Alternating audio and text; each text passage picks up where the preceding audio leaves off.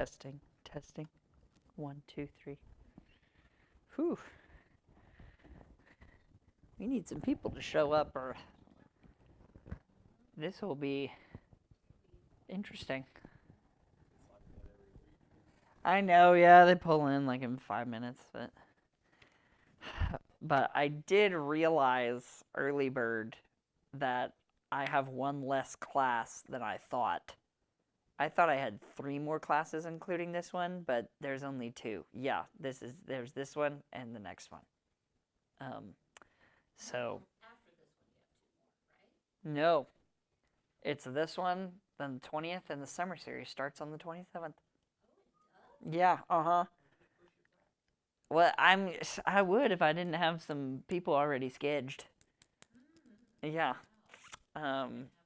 Yeah, I know, and it's like, and these are like some of my favorite 3 chapters. So we're gonna maybe, hopefully, we got through the 3 chapters that I wanted to. Oh yeah, I could just move, I guess, over here. Yeah, yeah. Surely they'll show up, but if not, we'll be right here. That'll be fun.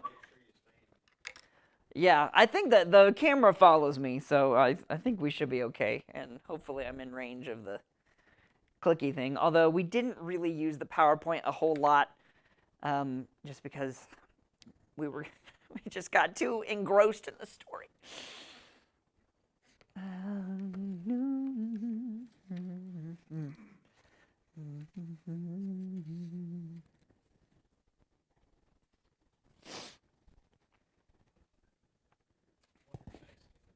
What? Yeah.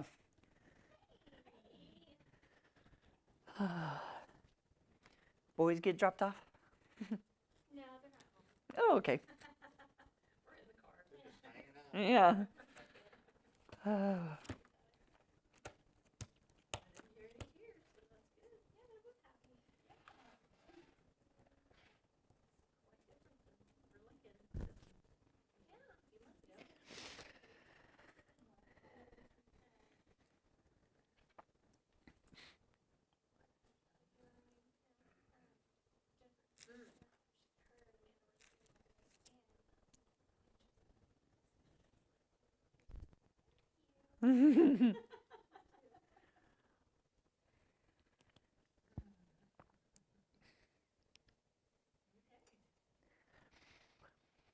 Early bird was pretty low today too, so I don't know if I don't know. I thought that my cliffhanger from last week would just bring in the masses, but apparently not. Yeah, here, sit over here in this space. Do it. Okay, I'm gonna be facing this way. It gives you more. Preach to me. Yeah, I know. No, come on. We're a family here. This is gonna be an intimate. You're supposed to look at all 3 directions, and that's a good speaker. What? Just saying. Right by No, the speaker. that's whenever there are people in each direction. No, come on, seriously, come on, over here. Yeah, over here. This will be in. I've seen how slobber you get. Yeah, it's like I either wanna speak to hundreds or this size. I like this size. Well, I won't even use it. I know, yeah, I just got it all right here in the old brain belt. What? Yeah. Okay. We are going to go ahead and get started. We may be small, but we are mighty, and this is going to be fun. I like maybe a little bit more back and forth here. We're going to be in Genesis chapter 42. I would definitely open your Bibles there to Genesis chapter 42. We are going to be really digging through this text this morning, or this this evening. We are going to be going kind of step by step. This is, once again, probably a familiar tale to you all, but we do want to look at it a little bit through fresh eyes, see what we might be coming up with, see what might be going on underneath the surface, rather than just kind of this Western way of looking at it, of like this, oh, that's a cute story, but what is really trying to be told to people who are going to be reading this story.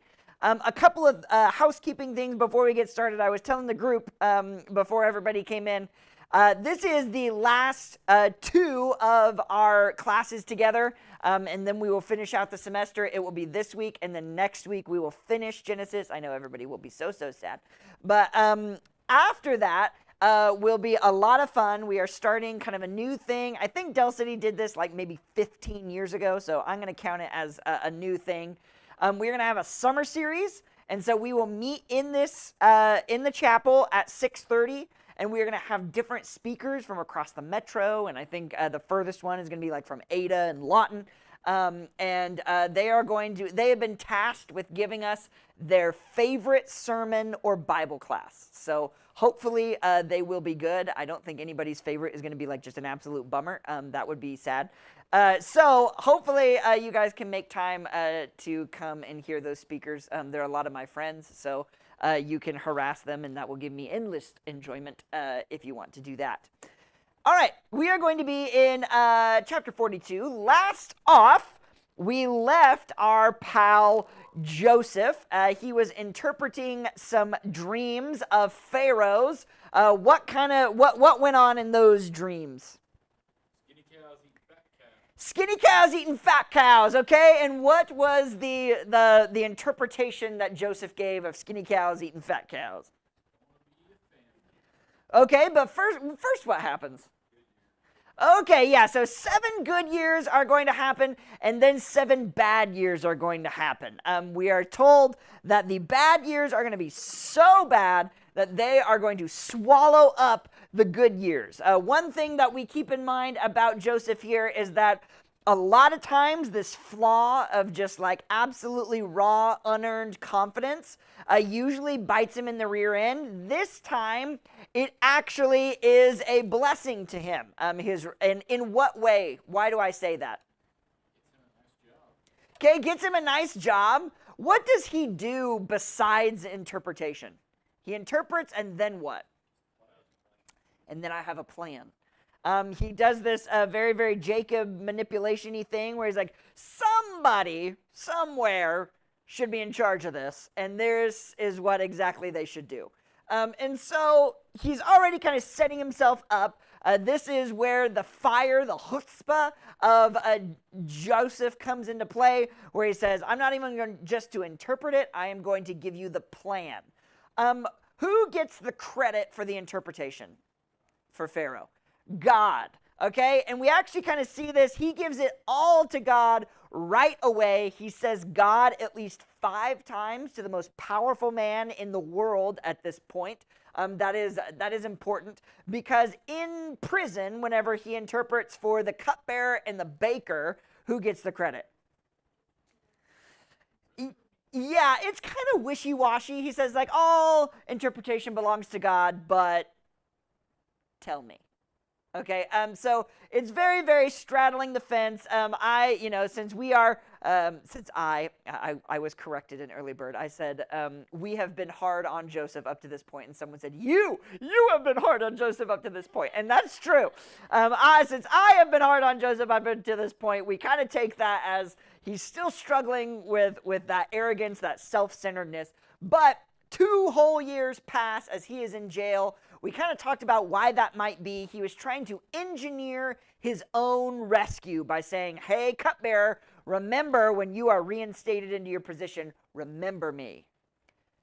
And the cupbearer immediately forgets. And that is by design almost certainly, because whenever characters try to engineer their own rescue, it is almost certainly because they are not trusting God fully yet.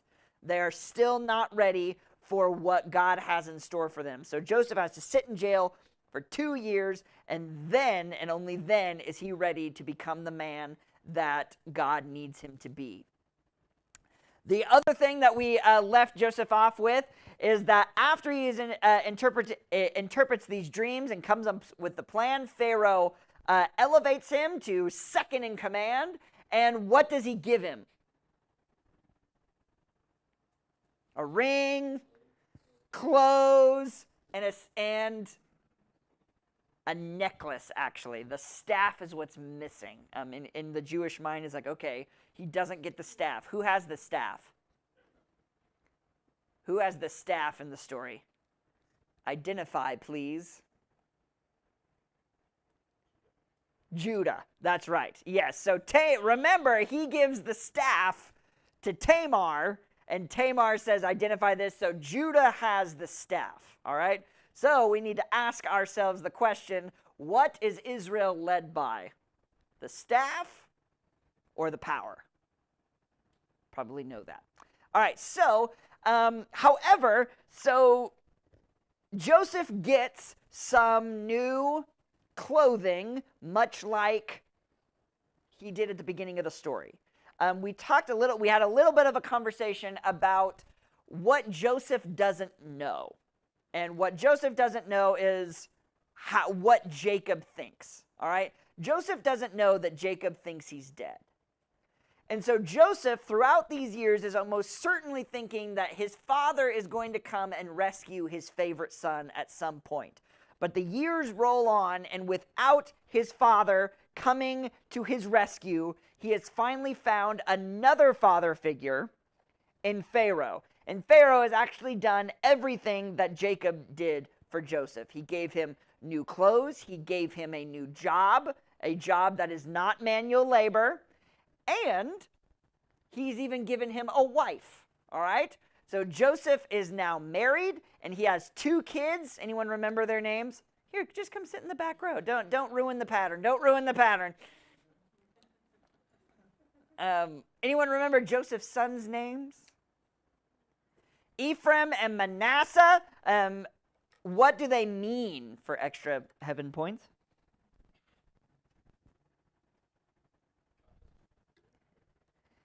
Not delivered. Okay, forgetting and fruitful. Okay? I have forgotten the troubles of my homeland, and now I am fruitful in the land of my affliction. All right? So now we are asking a lot of questions at the end of chapter 41. Is Joseph going to become Egypt? Is Egypt going to change Joseph, or is Joseph going to change Egypt? And it looks like, the way the chapter ends, that Joseph is going to embrace Egyptianhood. It looks like Joseph is ready to forget who he is until the family reunion. Surprise. Chapter 42. We're not going to read the entire text. We're going to take it piece by piece. We might read the whole entirety of the chapter, but we're not going to do it all in one bulk. We're going to start and stop. It's going to be a lot of fun. Okay. When Jacob, in chapter 42, learned that there was grain for sale in Egypt, he said to his sons, "Why do you look at one another?" And he said, "Behold, I have heard there is grain for sale in Egypt. Go down and buy grain for us there, that we may live and not die." Okay. Why do the brothers not want to go to Egypt? Or why are the brothers looking at each other?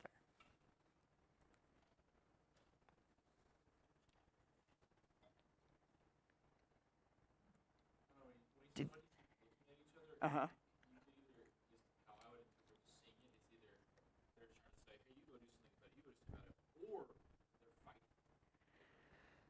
Maybe, yes, yeah, okay. So maybe they're looking at each other, wanting, no, you go, no, you go. What do they know about Egypt? Who's there? Joe. Okay? They know where they sold him. They know that Joseph ended up in Egypt. Now, that does not mean that they think that Joseph is going to cause them trouble, but what does this seem like they are manifesting about what they've done? Guilt.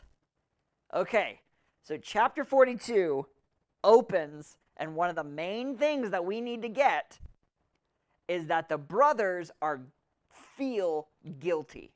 They don't even want to go to the place that Joseph might be because they feel guilty about what they've done.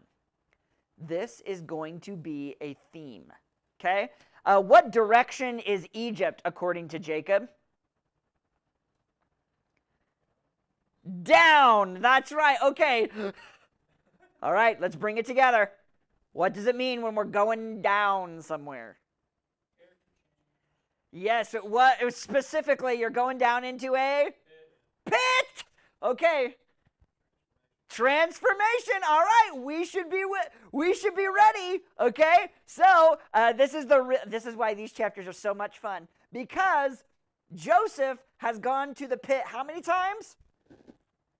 3 times? Yeah, thanks. Yeah, I was hoping for a little bit more unison there. All right, 3 times he's gone down to the pit, and now it's Broha's turn.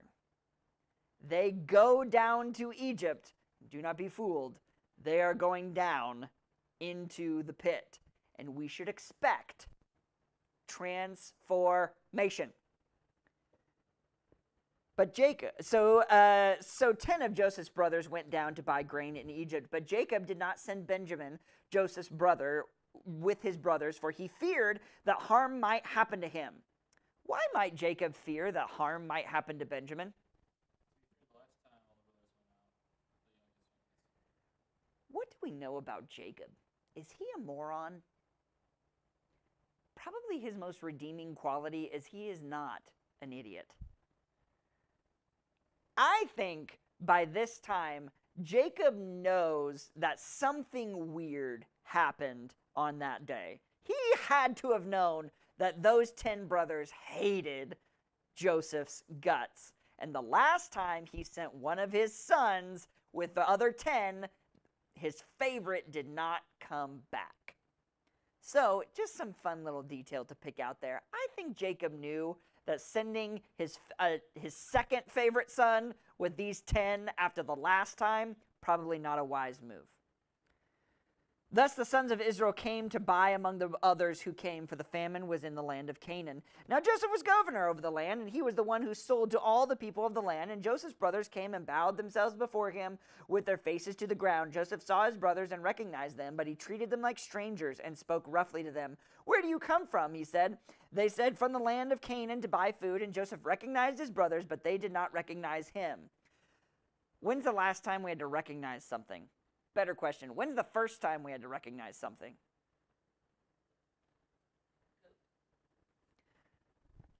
Identify, please. He recognized the coat. All right. When's the second time? Identify, please. He recognized the staff. Each time these guys have used recognition to deceive. Now, recognition will be used to deceive them. Fun, right? Okay. And Joseph recognized his brothers, but they did not recognize him. And Joseph remembered the dreams that he had dreamed of them, and he said to them, "You are spies. You have come to see the nakedness of the land." They said, "No, my lord, your servants have come to buy food. We are all sons of one man. We are honest men. Your servants have never been spies." He said, "No, it is the nakedness of the land that you have come to see." All right, what word is jumping out at you there? Yeah, it is that crazy nudity coming back. All right, what does nakedness mean? Shame. What could Joseph be trying to say under the surface? You are coming to meet your shame. Okay? So each time we are going to see, so you can think of Joseph in 2 ways, maybe even 3 in these chapters. You can see Joseph as a vengeful and brilliant manipulator who is enjoying his vengeance upon his brothers. Hey, you can view him as a surgeon trying to identify what is wrong with his brothers and trying to isolate their problem and take it out of them, or probably a mixture. I tend to lean towards mixture. I'm going to say that he is trying to test his brothers in a way that improves their character, but I also think he enjoys it. And we are going to see just exactly how masterful Joseph is in his testing of his brothers. In fact, I think Joseph is at his most Jacob in these 3 chapters. He said to them, "No, it is the nakedness of the land that you have come to see." And they said, "We, your servants, are 12 brothers, the sons of the one man in the land of Canaan. And behold, the youngest is this day with our father, and one is no more." But Joseph said to them, "It is as I said to you, you are spies. By this you shall be tested. By the life of Pharaoh you shall not go from this place unless your youngest brother comes here. Send one of you and let them bring your brother while you remain confined, that your words may be tested, whether there is truth in you, or else by the life of Pharaoh surely you are spies." And he put them all together in custody for 3 days. Why 3 days? Because everybody goes into the pit for 3 days, okay? Yes, all right, see? This is the greatest time, because you got all the tools to know. I could have guessed that. I could have guessed that they would be in there for 3 days, because how many days does it take for transformation? 3. 3, 3, 3. But every time you go down into the pit for 3, you come back up something different. Okay? So, on the 3rd day, Joseph said to them, "Do this and you will live, for I fear God. If you are honest men, let one of your brothers remain confined where you are in custody, and let the rest go and carry grain for the famine of your households, and bring your youngest brother to me. So your words will be verified, and you shall not die." And they did so. Then they said to one another, "In truth, we are guilty concerning our brother, in that we saw the distress of his soul, and when he begged us, we did not listen. That is why this distress has come upon us." When did Joseph beg for his life?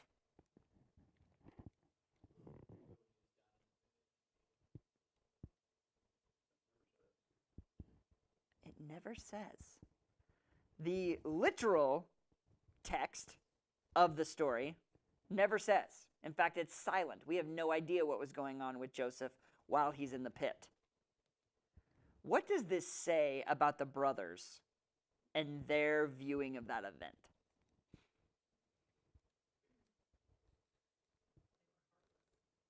Okay, so how do they remember the event?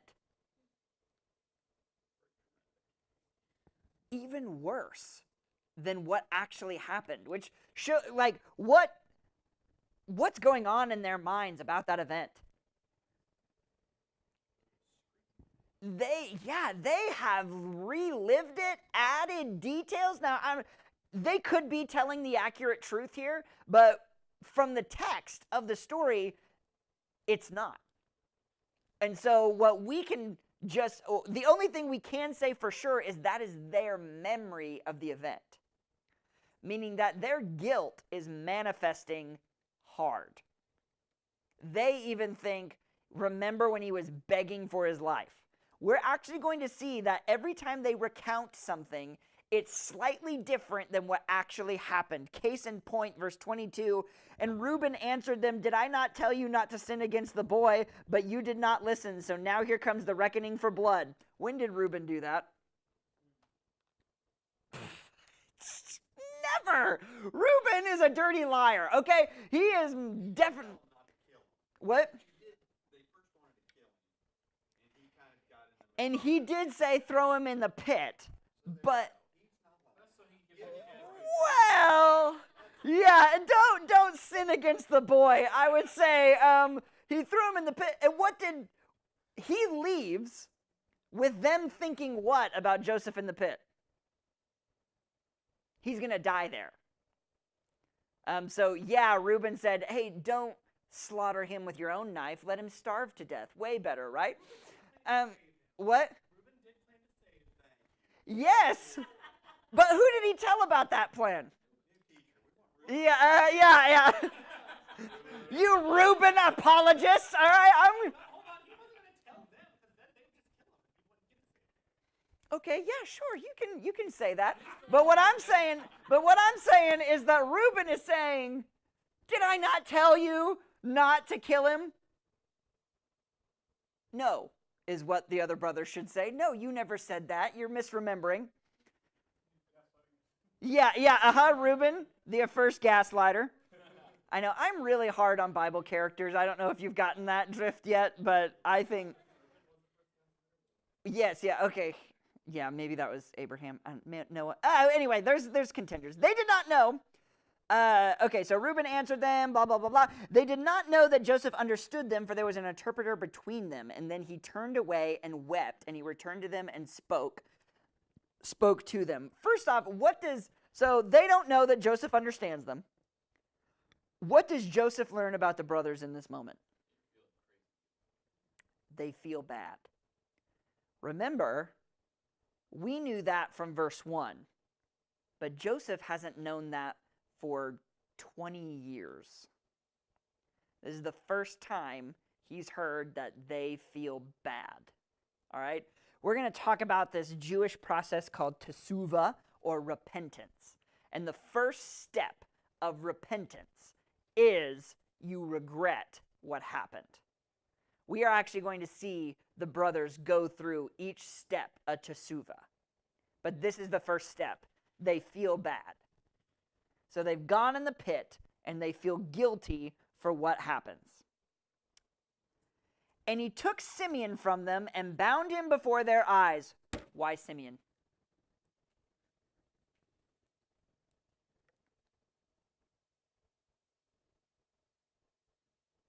Give it your best shot. Okay, so all right, we're in good territory here. All right, so why not Reuben? Okay, yeah, so first of all, this goes to my theory that Reuben is the worst. Okay, yeah, so Reuben, why is Reuben not in good graces? Okay, uncovered his father's nakedness by sleeping with Bilhah. So he is, as we can tell, disenfranchised from inheritance. All right, so Reuben, it doesn't mean anything to get Reuben. All right, but it does mean something to get Simeon. There is Midrash that we are probably missing that says that Simeon was actually the one that wants to kill Joseph. He's the one that says, let's kill Joseph. Why might Simeon be someone who would jump to that conclusion? What do we know about Simeon from the one other story?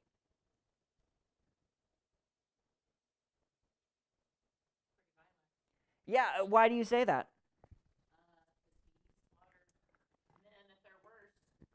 Okay, so he is the one with who else? Levi. Those two brothers are the ones that slaughter the Amalekites for the defilement of Dinah. And Jacob is none too happy with that. So they are incredibly violent guys. So it's not out of the realm of possibilities that Simeon was the one that say, hey, let's kill him. That's how I solved my last problem. Let's kill that guy. And so there is a little bit of a tit for tat kind of thing going on, is that at least from the Midrash stance, Simeon was the one that originally threw Joseph in the pit and wanted to kill him. And so now Joseph says, you get to go into the pit. But there is a second and deeper reason why it might be Simeon. And it goes to the fact that he is violent by nature, and that Jacob has already said that you are a problem. Who was the last problem brother?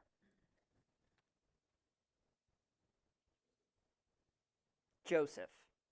All right, let's set the stage a little bit to see what Joseph might be testing. You have another brother. He's a problem. He disrupts the social order. And now you have a chance to get rid of him. What do you do next? Okay? This is the test. You have a brother in trouble, and he's been a problem. What do you do? We shall see. They loaded their donkeys with their grain and departed. And as one of them opened his sack to give his donkey fodder at the lodging place, he saw his money in the mouth of his sack, and he said to his brothers, my money has been put back here in the mouth of my sack. At this, their hearts failed them, and they turned trembling to one another, saying, what is this that God has done to us? Okay, one thing to keep in mind, this is the first time that the brothers are going to say that God is involved in anything. So this is important to make note of, because they think who is out to get them. God. They never blame the Egyptian. They think it is God out to get them. It is God who is throwing their shame in their face and making them remember what they did all those years ago and confront it, which they're not wrong, they're just missing a middleman. But it almost certainly is God trying to give them a message. We won't read all of chapter 43, so we missed this detail, but anyone just know off the top of their head how many pieces of silver is in their sacks?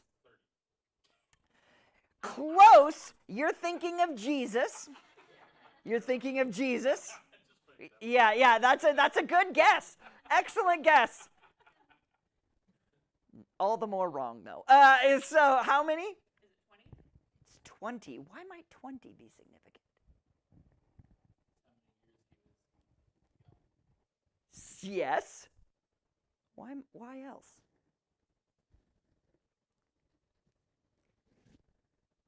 Anyone remember the price that they sold Joseph for? 20 pieces of silver.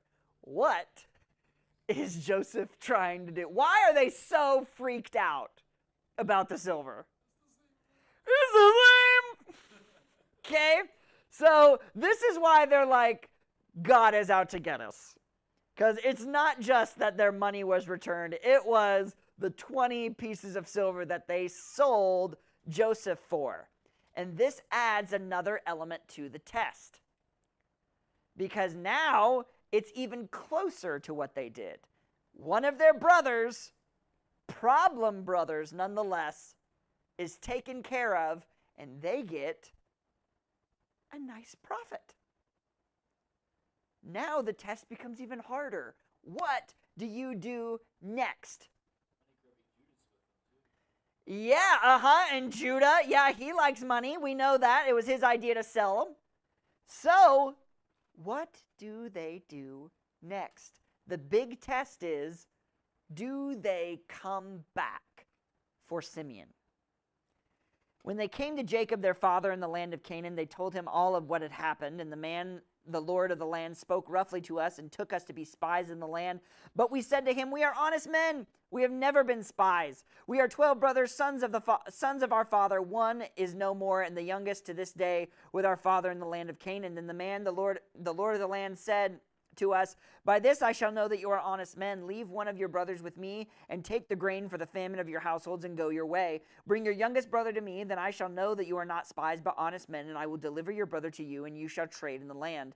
As they emptied their sacks, behold, every man's bundle of money was in his sack. And when they and their father saw their bundles of money, they were afraid. And Jacob their father said to him, you have bereaved me of my children. Joseph is no more, Simeon is no more, and now you would take Benjamin. All this has come against me. Then Reuben said to his father, kill my 2 sons if I do not bring him back to you. Put him in my hands, and I will bring him back to you. But he said, my son shall not go down with you, for his brother is dead, and he is the only one left. If harm should happen to him on the journey that you are to make, you would bring down my gray hairs with sorrow to Sheol. Okay, so to their credit, what do the brothers want to do? We got to go back. We got to go back. We got to return the silver, and we got to get Simeon back, but we can't do it without Benjamin. Why is Reuben missing the mark? Why doesn't Jacob take Reuben up on his offer?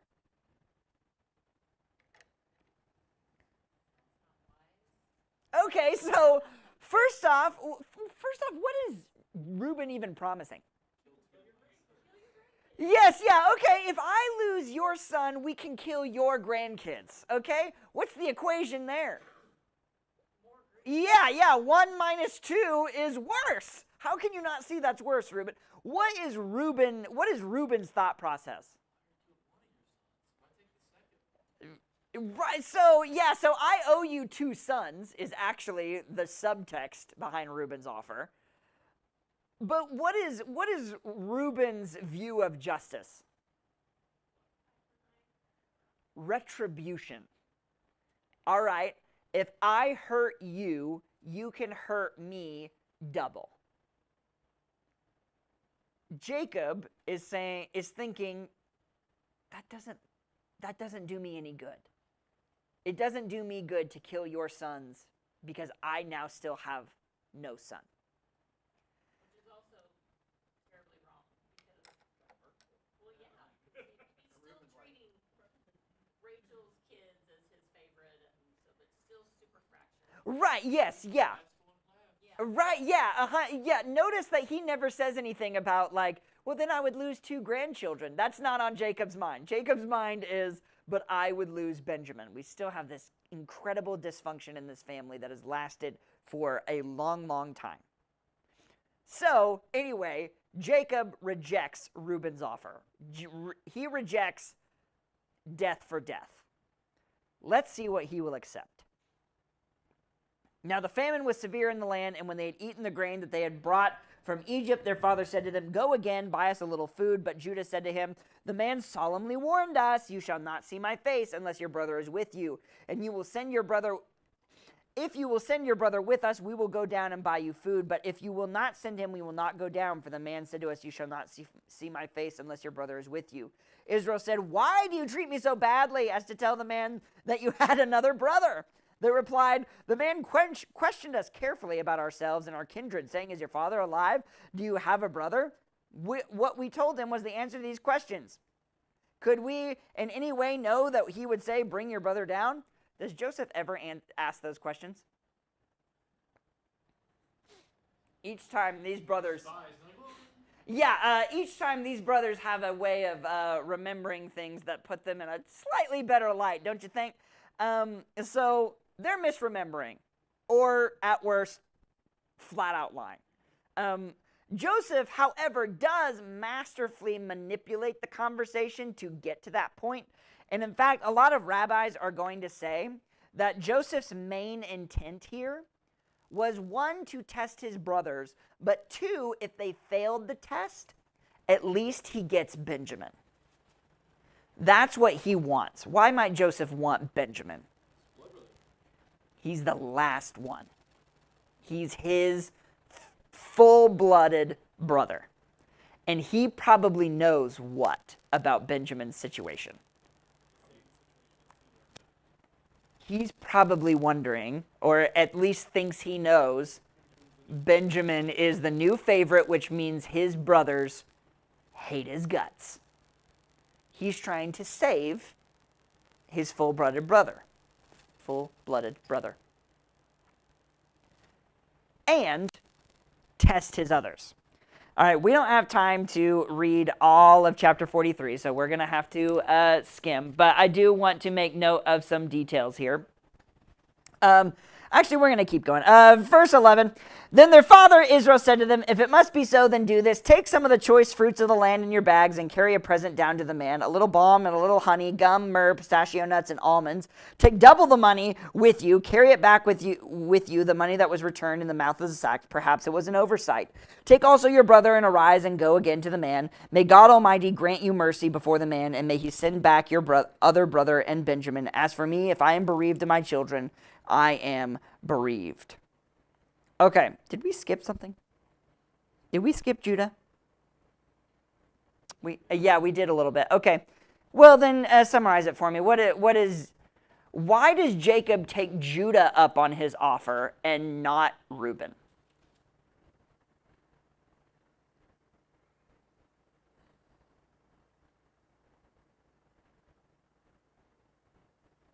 There we go. What? Yeah, we got there. We did it all, but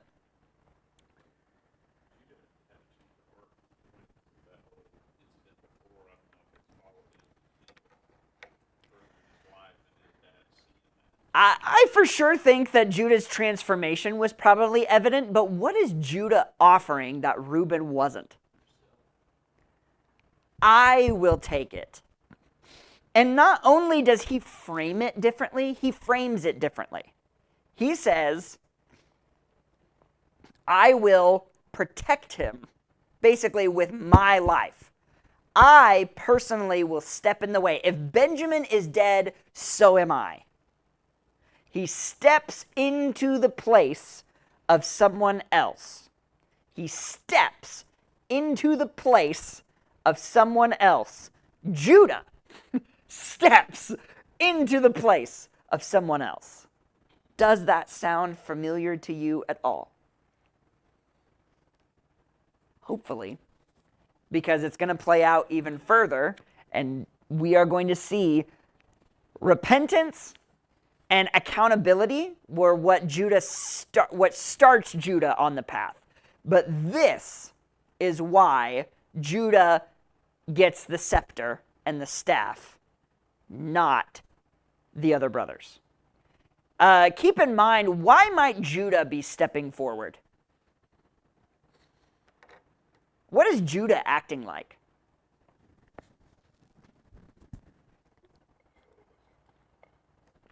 Why might he think he's the natural conclusion? Okay, yeah, so Reuben's out. We already talked about that. Where's Simeon? He's down in the pit, all right? And then now, who's the next in line? Levi. Another sociopathic violent nightmare. Who's next? Judah. Whew, man, we are knocking them off, aren't we? All right, so bang, bang, bang, bang. Judah is next in line to take up the mantle. It actually goes in order, weirdly enough. Reuben gets disqualified first. Simeon, Levi. Now we're down to Judah. Please, dear goodness, Judah, be worthy of your calling. Okay? So Judah says, I'll take him. They go down to Egypt again. They prostrate themselves before Joseph again. Joseph sees that they have Benjamin with them. So now he knows, all right, the game is on. Now let's see who these brothers really are. One thing that is interesting about this is that Jacob makes them send gifts to the governor. It is a balm, honey, gum resin, myrrh, pistachio nuts, and almonds. And maybe without reading the PowerPoint, when have we heard that mixture of items before? Anyone remember? The Ishmaelites that they sold Joseph to were carrying the exact same things. Now the brothers are forced to look at the exact same items carried by the traders who bought Joseph and the sale price and now return it as a peace offering. Everything in this story is pointing these brothers to, remember that time you sold your brother into slavery. They always have to be reminded of this. One cool thing about this story is that we don't really get an answer to the question, does Egypt change Joseph or does Joseph change Egypt, until Joseph's steward comes and greets the brothers. The brothers say, whoopsie daisy, we have this silver. I hope that you don't want to kill us. We aren't thieves. This clearly was a mistake. We're here to give your silver back. And the steward says, it's okay. It is a gift from God. Which is cool, because what does that mean about how Joseph is running his part of the empire? He's being generous, and what do his even Egyptian servants know of God? Of his father's God, to be precise. Now, are they Christians or Jewish, Hebrew convert? No. They almost certainly thought that Yahweh was a God among many. But it shows that Joseph did not renounce his identity completely. In fact, he kept it so tightly that it affected who he was around. Yeah. Okay, so do the brothers not find, I'm assuming that they are aware now that Joseph worships the God of their father, considering his servant just said, the God of your father to them. Yeah. Are they not questioning why, how that got there? No. And I'm guessing because who do they think is messing with them? That explains a lot of why the brothers are not as suspicious as they are. Because there's a lot of things that happen that one would think they'd be like, okay, somebody knows something more than what they're letting on. Keep in mind, I've had questions about why they don't recognize their brother that they lived with for 17 years. Just some historical things that to keep in mind. Egyptians were very, very obsessed with cleanliness, and they viewed body hair as unclean or gross. And so a lot of Egyptians were just shaved completely. Whereas Hebrew culture saw body hair as a sign of like maturity. That's why, even Jewish people today have like long beards and sometimes long hair, is because they see it as a sign of wisdom and experience. So they would see a completely shaven guy speaking a different language in a context of which they should not be. And keep in mind, I am 32 years old, and I look different than when I was 17 years old. This is the last time they saw them. So probably not outrageously different, but maybe if I was in a different context. I understand I have not grown since then. Perhaps that would have been a giveaway. But in the context, he looks very different than he should. Yes, exactly that. Yes, shaved his beard, spoke Spanish, and was also the vice president. Okay? You're thinking probably not Gary Parker, Yeah, Yeah, I really like that. Oh, man, yeah, that's an excellent, excellent analogy, one that I am going to almost certainly tell him later. Yeah. If you're looking at Gary Parker shaved and the vice president, you're not going to think that's the guy you know, but, a little bit similar maybe. All right, so, anyone know what happens next? The steward brings them in, and what happens next? Okay, yes, a nice little dinner party. But according to Egyptian custom, Egyptians can't dine with dirty Hebrews. So they have to be in separate rooms, but Joseph is going to be over here, and the Hebrews are going to be all over here. So Joseph's like, you get to dine in my vicinity. You're welcome. They come, and anyone know what happens next that freaks them out?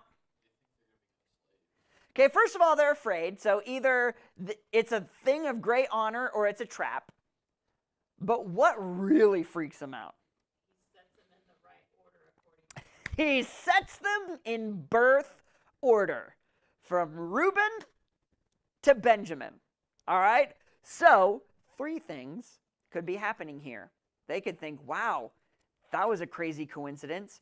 2, this guy is magic. Or 3, God is still messing with us. Okay? I'm going to think they think the 3rd thing.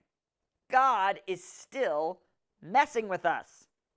Then what happens? Of significance. Not yet. Okay. He gets 5 times as much. What is Joseph testing? How are they going to react? There is another favorite brother, and even in Egypt, Benjamin gets special treatment. How are they going to react? Are they going to whisper? Are they going to hate him? Are they going to hatch a plan to leave him in a ditch on the side of the road on the way home? What do? They make merry. Each time these brothers are passing these tests, unlikely as it may seem, they are passing these tests. Instead of hating the favorite brother, they instead celebrate him. Instead of there being a disconnect between the sons of Rachel and everybody else, it has now moved to a we. However, This is not the final test. Now, Declan, what happens?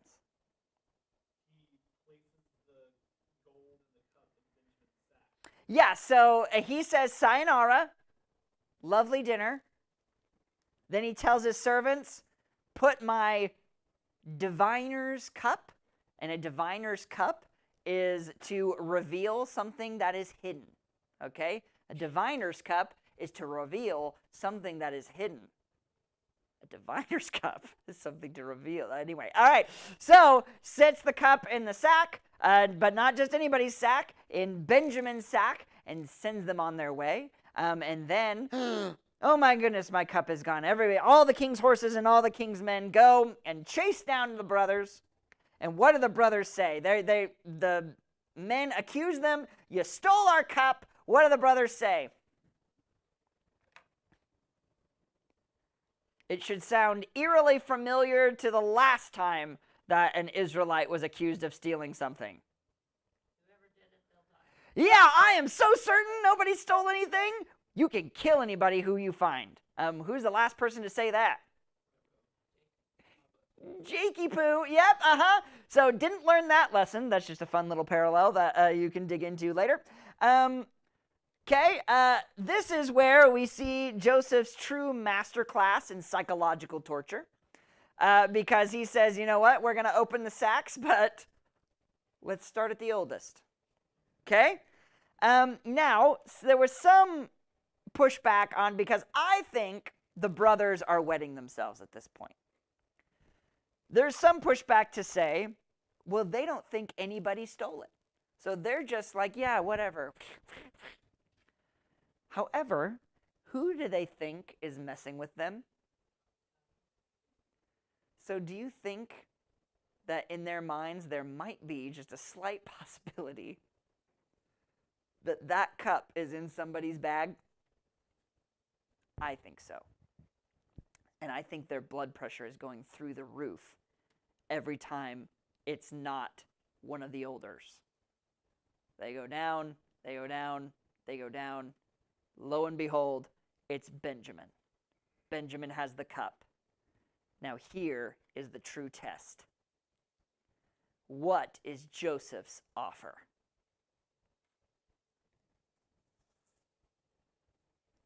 Once again, should be eerily similar.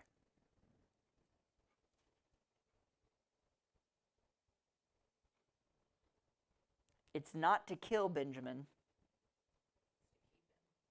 as a... When's the last time they gave up a brother as a slave? Here's the test. I've shown you Benjamin is the favorite by giving him 5 times as much. Now he's in trouble. The favored son is in trouble again. And you have the chance to give him up as a slave just like you did before. Now, what do you do? Interestingly enough, what is their first reaction?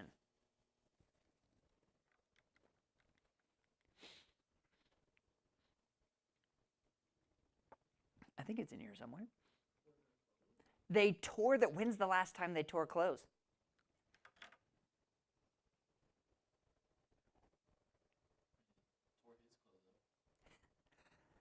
Last time they tore clothes was whenever they had given one up.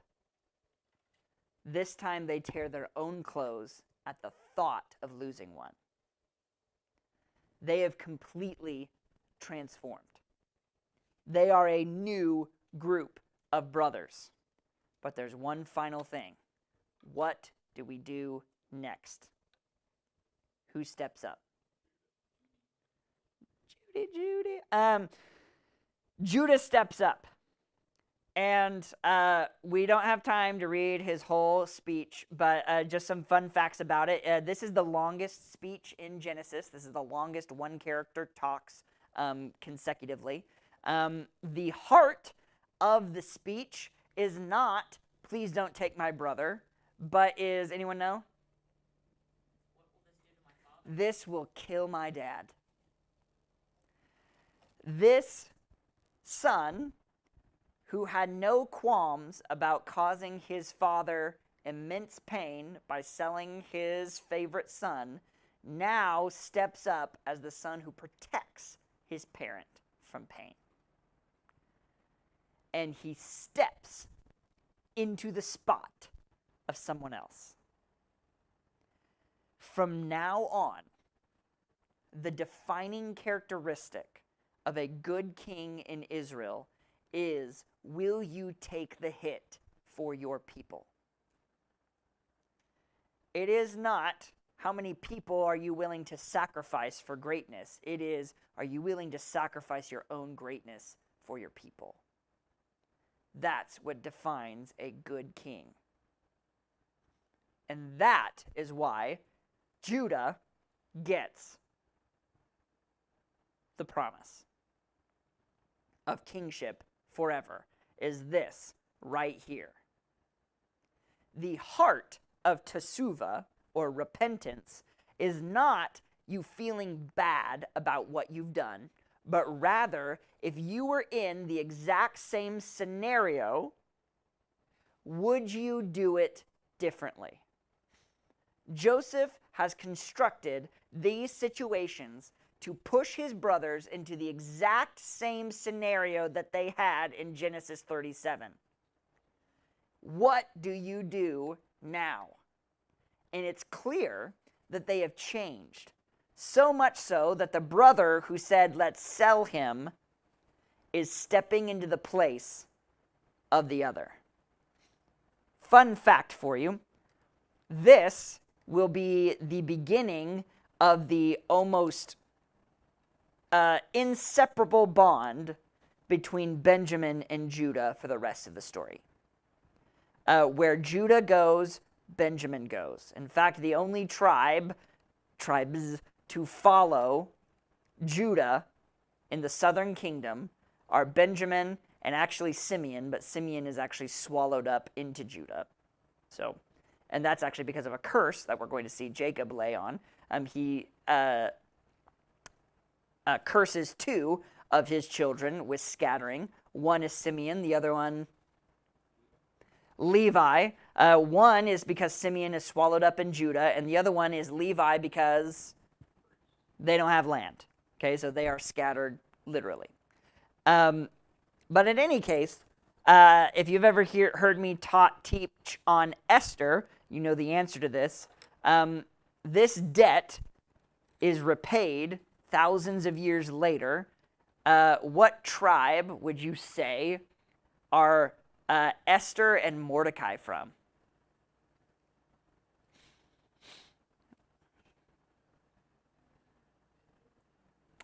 Benjamin!